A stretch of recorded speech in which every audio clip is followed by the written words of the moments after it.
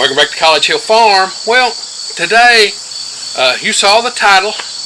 We're going to talk about what beginning homesteaders, what DIY skills they need to bring to the table.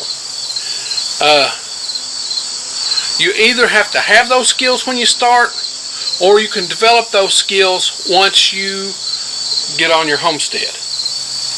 First off, we're following up on the video about I called No Bull Sugar. It's the video about the truth that young homesteaders need to know in order to get ready to homestead. There are certain things that you need to do. First off, you've got to have the will. Okay? You've got to have the will and not be afraid to do stuff you've never done before. Because that's going to occur over and over and over. It's going to be a recurring theme. The less money you have, the more will you have to have. Okay? People who have lots of money come to this lifestyle, and they can make things easy for themselves by buying big tractors and big solar systems and all that stuff. The average homesteader doesn't have that. The average Appalachian person, I call it living an Appalachian lifestyle, they don't have that either. I don't have it. I'm a retired teacher. I live on a fixed income, but since I'm retired, I can work all the time, so time is my money. I have time. So I'm all the time having to figure out how to mend, make, and make do. So around here, I did buy a tractor.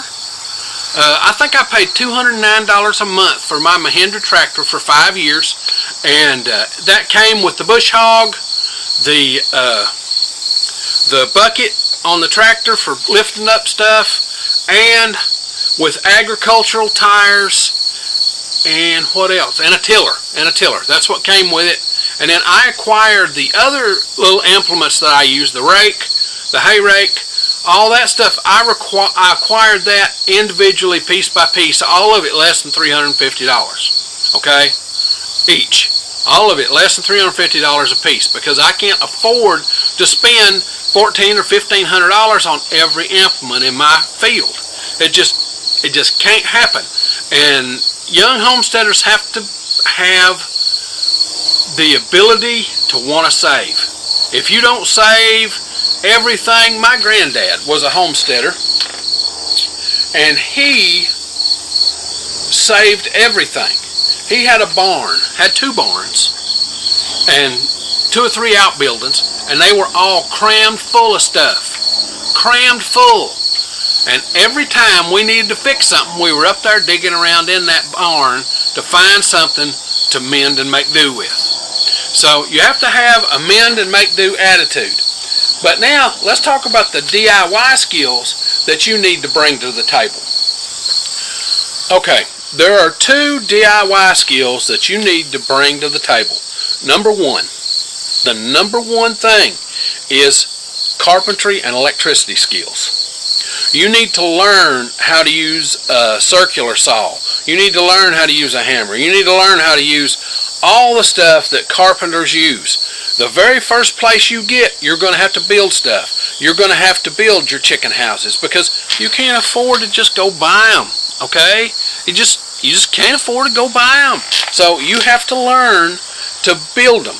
You have to learn how to put in a plug-in. When Crystal and I moved, we had a half-acre homestead and a double-wide mobile home that I acquired while I was teaching, and we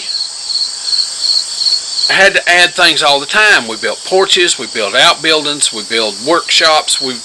Okay, my mother was a carpenter, so I learned from her those kind of skills. My father was an electrician, so I learned from him those kinds of skills. If you took electricity in high school, I took electricity at the vocational school in high school. So I learned a lot about residential electricity. It's what led me to become a physicist. I love working with electricity and stuff, so yeah, math was my thing. So carpentry and construction skills are going to be your number one two things that you need to bring to the table.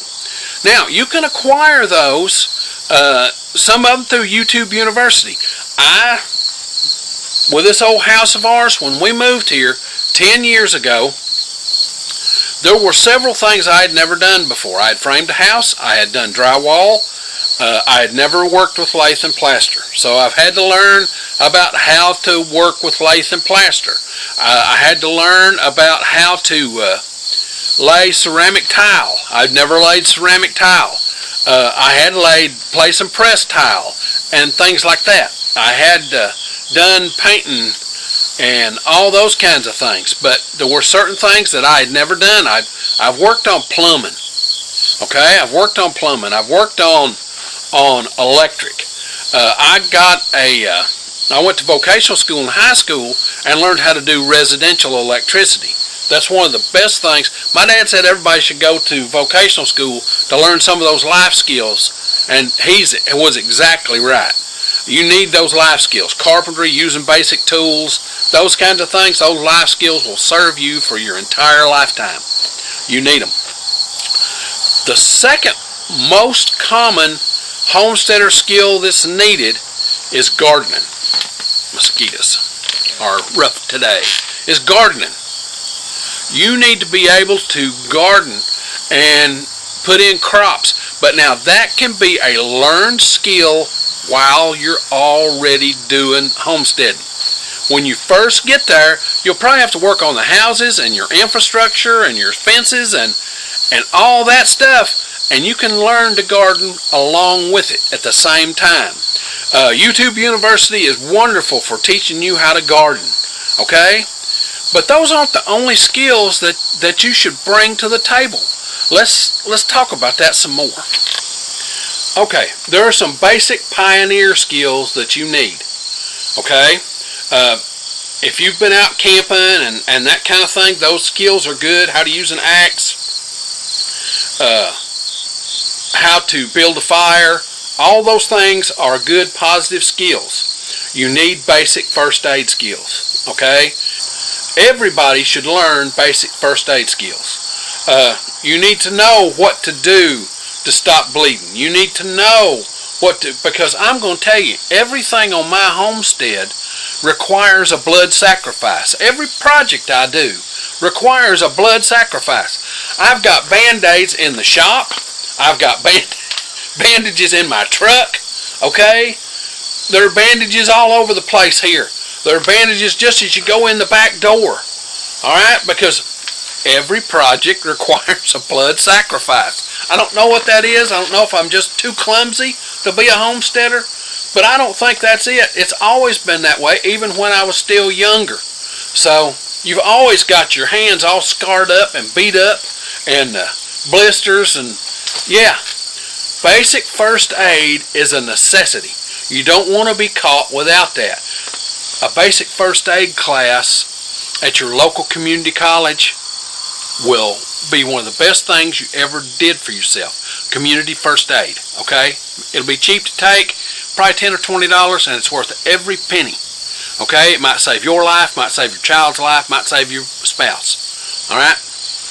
Basic community first aid. And then the next thing you need to do is you need to learn how to weld, okay? And use a cutting torch. You don't have to do the cutting torch as much as you need to learn how to weld. The cutting torch is one of those things that you can do with a grinder, with a hand grinder most of the time. You can do just as much with a hand grinder or a sawzall as you can do with a cutting torch. A cutting torch sure makes it nice to do certain things where you can't get a sawzall into, but you really need to learn to weld. And today, learning to weld is not rocket science. You can go and buy one of these little $100 wire feed welders and take a day or two and just stick metal together. Okay, just stick metal together over and over and over and over until you get good at it and the weld looks decent and you can bend it and it doesn't break in the weld. So welding skills are something you can acquire once you get to the homestead. It can also be something that you acquire before you get to the homestead. Okay, $100 welder and then $15 worth of wire and some welding gloves, and the hood comes with it. A lot of those kits, the hood comes with it. Of course, that little hood ain't worth a crap, but it can be your basic starting point, and you can learn how to stick metal together. It don't have to be pretty. It just has to hold. Okay? I'm a stick it together kind of welder. It don't have to be pretty. It just has to hold. So I've got to do some welding on my tractor, and believe it or not, a little $100 wire feed, I call them spatter welders. They're flux core welders. A little $100 flux core welder will do amazing things. Okay, it's not the end all be all, but it'll probably do all that's required on your homestead. The next thing is food preservation. I call them pioneer skills. When we look at pioneer skills, preserving food is the #1 thing that us homesteaders do. By essence, a homesteader is a prepper. Okay, we're not doomsday preppers. We're homesteaders. Means we've got probably a year's worth of food. I have 4 freezers, and I have approximately stored up about a year and a half's worth of food. Okay, at any one time. At the end of the winter, I have probably a half a year's food left, and at the end of summer, I have a year and a half's worth of food. Okay, so that's the way it goes. We have to preserve as much as we can, and the reason we do that is not necessarily that we're afraid that we're going to die, or that the world's coming to an end, or there's going to be a collapse of society. That's not, okay? That's not what we do it for. We do it because the food tastes so damn good. Okay? Okay? A Cherokee Purple Creole is one of the best things you ever put in your mouth. It beats the canned tomatoes that you use. Okay? It beats them all to pieces. And dehydrated tomatoes in a salad in the winter. Oh, and in July, even in June, dehydrated tomatoes in a salad. At the end of May, when the greens are just starting, and you don't have tomatoes yet, but you've got those dehydrated tomatoes, and they're packed full of flavor. So, yeah, there's those things that you want to do, and it has no preservatives, no sodium nitrates, no monosodium glutamate. It don't have none of that stuff in it, and it's so delicious. Okay? We preserve what we grow, and in most instances, it costs us less to grow stuff in the garden and preserve it than it would be to go to the store and buy it. Now, you go, well, how's that? Go to the store, go to one of the fancy stores and price organic food, okay? The organic stuff that all the rich people are buying, and look at organic food and see how much it costs, and think about how much it costs us to raise a garden. For example, I raised potatoes this year. My potato crop was a good one this year, okay? Oh, there's the pot copter going over. Hi, baby. My potato crop was as good as they come this year. It cost me about 7 cents a pound for potatoes. Now, 5 pounds of potatoes here locally is $3. So that's about 80 cents a pound for potatoes. Okay? 10 times the savings on my potato crop than for me to buy them. And the potatoes taste better. You can't buy Kennebecs at the store. Okay? My potatoes taste better. This weather's killing me. It was 44 this morning, and it's going to be 90 in 2 days. I give up on trying to figure out what it's going to do. I've got the sore throat. Anyway, so you want to preserve. You want to learn how to preserve those things.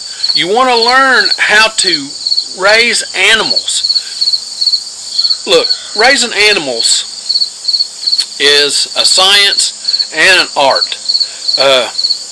When a sheep is first born and it falls out of its mother and it raises its head for the first time and it looks out on the field, it's looking for a place to die. Okay, they'll die on you in a heartbeat. You know, they are not easy to raise. So you have to be vigilant with your animals. You have to do things right. They'll get in the fence, get their head hung, and you come out the next morning, they're dead as a hammer.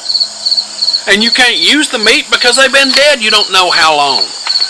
And you don't know why they've been dead. Alright? That why they've been dead could be very important. And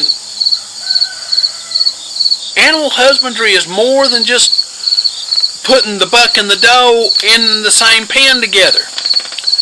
You want to control when they breed. You want to control what they can eat. You want to control the mischief they can get into, okay? Because they can hurt themselves doing stupid stuff. And finally, the vet bills are so expensive that you cannot afford them a lot of times. And also around in rural countries, vets are hard to come by. And a lot of the vets only want to work on dogs and cats.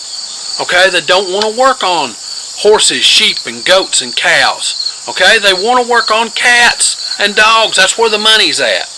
Because a farmer cannot afford to have $200 worth of meat and spend $150 on antibiotics this week. Okay? Can't afford to have $200 worth of meat and spend $150 on antibiotics for that meat. You just can't afford to do that. So you have to be willing to cull.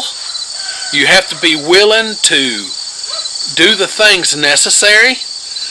Processors are wonderful. When I was a kid, we processed all of our own hogs.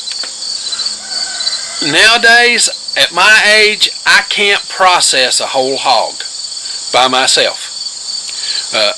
When I was 20, I could have processed an entire hog, no problem. At 61, I can't do it. Okay, so having a processor is nice. If you can get your family to come by. When I was a kid, my grandfather raised hogs, and he was about 61.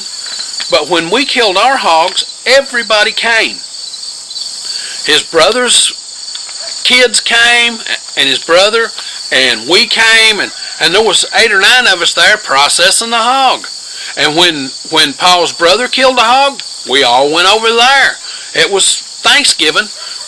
One of us killed a hog on Thanksgiving Day, or on the Friday after Thanksgiving, and then the Saturday after Thanksgiving, the other one killed a hog, and everybody went over there. So for 2 days, it was a family affair.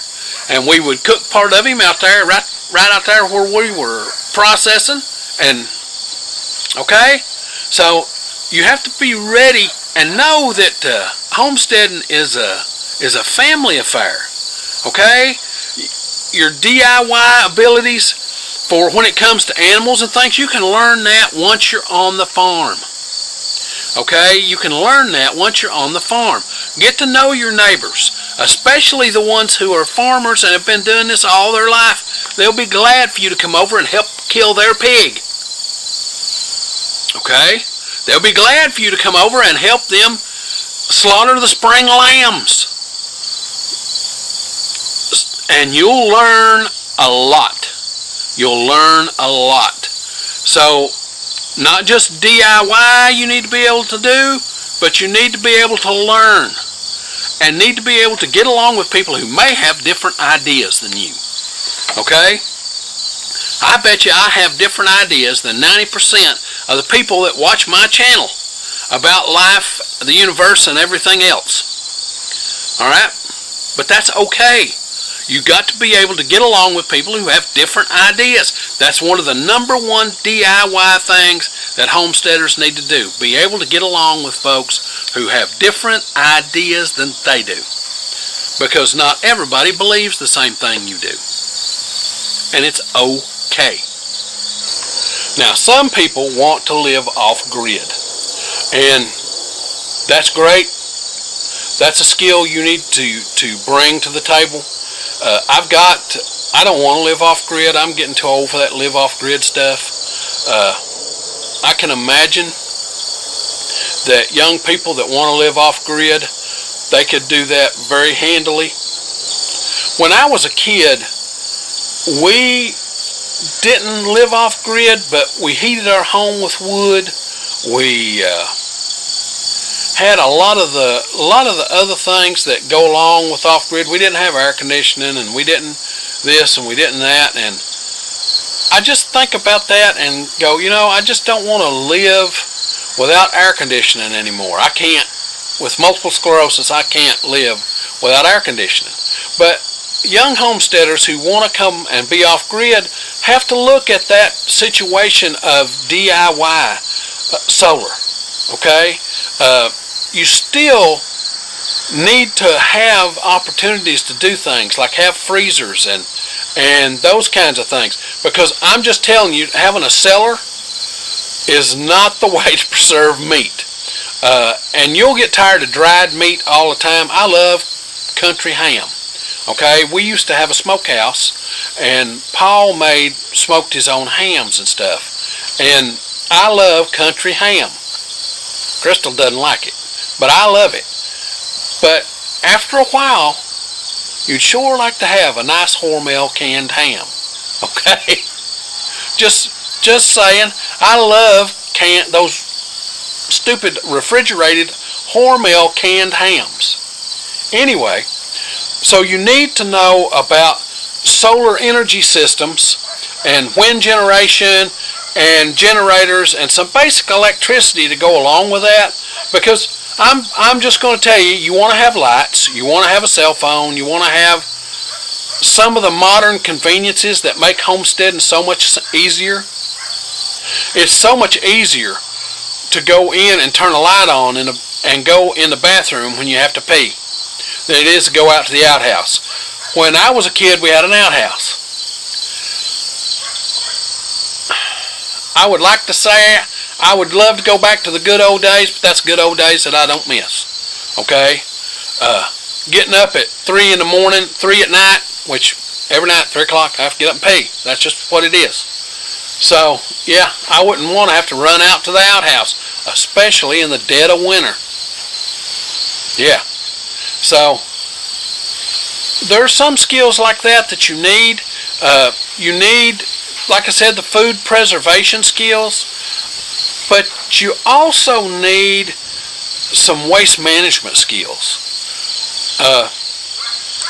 Try and reduce the amount of waste that you put off. Here, when I was a kid, my grandparents didn't have garbage service. Neither did we. They didn't require you to do garbage service when we first moved back from Michigan into Harlan County, Kentucky. Garbage service wasn't mandatory. So the garbage man didn't run where we lived. So what we did, we buried our garbage, but we burned everything that was burnable. And we composted everything that was compostable. Okay? Homesteaders need to get back to that. Here, Crystal and I don't have garbage service, but I do haul my waste to a transfer station. Okay? The garbage man doesn't come up my lane, so I would have to haul it all the way at the end of the lane, and by the time I hauled it all the way to the end of the lane, I could travel it to the transfer station anyway, and go to McDonald's and have a biscuit, or Dairy Queen. So, yeah, So you need to practice that. And waste management doesn't just include your household garbage. Waste management includes your garbage like your food waste and your animal waste and all those types of things. Compost and animal manure go hand in hand. So you need to learn about how to create an efficient compost pile, how to efficiently manage the poop. Managing poop is a big thing that homesteaders have to do, because if you don't manage poop, it winds up running off into the streams, and it's toxic.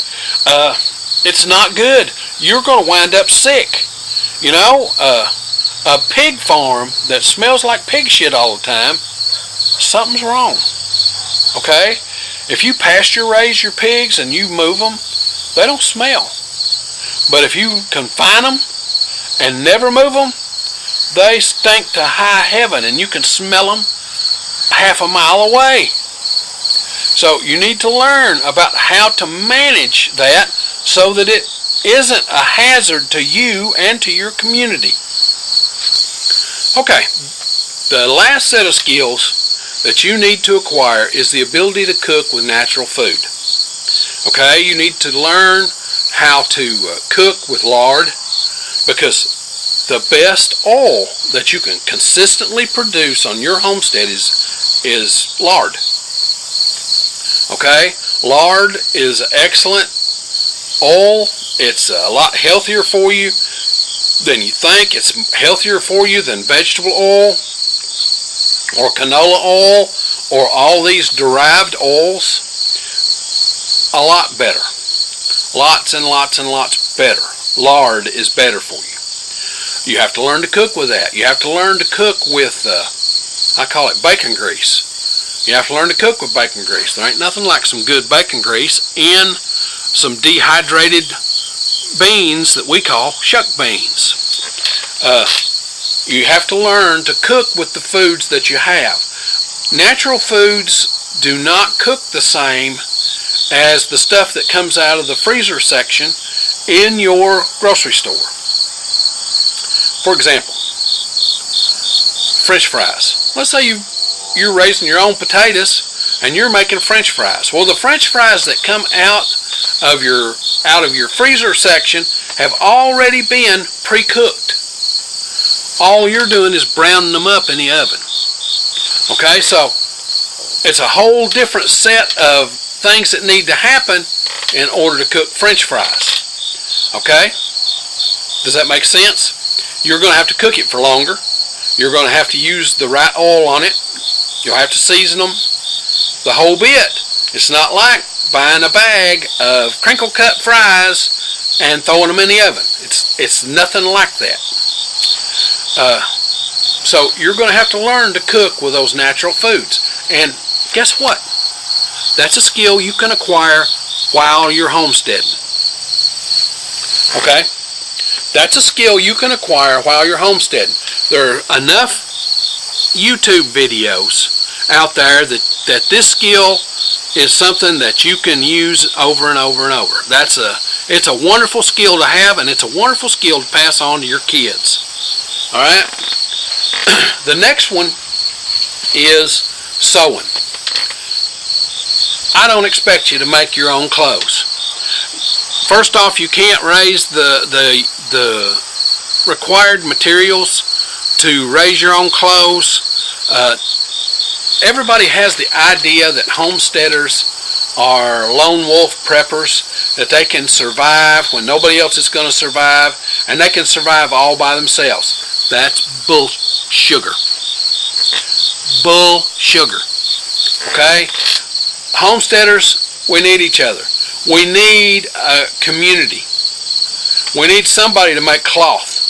We need somebody to make clothes. We need somebody to raise the food. Okay? Does that make sense to you? We need somebody to shoe the horses. Alright? You can't be everything. You can't be everything. But mending a pair of pants? Yeah, you need to be able to do that. That's a skill you can learn with a needle and thread. It don't cost nothing. Okay? How to hem a pair of pants. Cut your blue jeans off and hem them up. Okay? You know, I'm sure we're all shrinking. Yeah, right. Okay. You split your jeans at the crotch. Well, jeans are expensive, especially if it's bib overalls. They're expensive. So what do you want to do? You want to sew them up. You don't want to have to go buy new ones because they're work pants. So, yeah, there's that thing too. The sewing is a handy skill on the homestead. And finally, the last skill, and this was the subject of our last talk, was herbal medicine. Now, I don't purport to tell you that herbal medicine is the end-all be-all. Modern medicine will save your life. But herbal medicine can complement that, and everybody's not a Buick. Some people respond well to certain things and they don't respond well to others. So herbal medicine can be one of those things that you learn once you come to the homestead. You get used to the medicines, to the herbal remedies that are right in your backyard. Okay, that you've got right on your homestead, or that you can raise or grow on your homestead. You know, hibiscus flowers, Rose of Sharon. Okay, have you ever seen that bush, Rose of Sharon? That's a hibiscus tree. Those flowers make a great tea for sore throat. Okay, they make a great tea for a scratchy, coughy throat. So that's what we use hibiscus flowers for. You can do that too, and it doesn't cost anything. Rose of Sharon grows right here on the property. Okay, it grows right here, and it does just as good as some of the over-the-counter remedies. Okay, for us. So you can do some of the herbal things. You can learn that after you get on your homestead. But know this, everything on the internet is not true. Everything on the internet is not safe. Okay, herbal remedies are not safe options. Herbal remedies are not safe options. You have to understand their implications to what they're going to cause in respect. All medications have side effects. All herbal remedies have a side effects. Okay? They're not just something safe that you can do with reckless abandon. So, now, to condense this down, you need a can-do attitude. You need some DIY skills, construction, electricity, basic plumbing, those kinds of things. Most of those you can learn on the internet. Believe it or not, YouTube University, I've done all kinds of things that I've learned from YouTube University, even working on a car. Okay, even shade tree mechanicking. But know your limitations. Man's got to know his limitations. So, yeah, you young homesteaders, you have the opportunity to learn so much, and I envy you the journey that you may be getting ready to partake in. And it doesn't matter if you're 20, 40, 50, 60. It don't make no difference. You can partake of this journey. Don't be afraid. Don't be afraid. Life's hard. Do what you enjoy. Find something you love, and you'll never work a day in your life. Now, if you like this stuff, this homesteading, do-it-yourself kind of thing, be certain to come on out to the channel and subscribe. We do this homestead stuff every week, sometimes 1, sometimes 5 videos. Just depends on what's going on in the homestead that week. Now, when you come to the channel, if you hit the little bell that's right up here, it'll notify you when we upload a video. We upload on Sundays, Tuesdays, and Thursdays. And then we do shorts on Fridays and Saturdays. So now, it's time for me to get on to the next thing. Love y'all.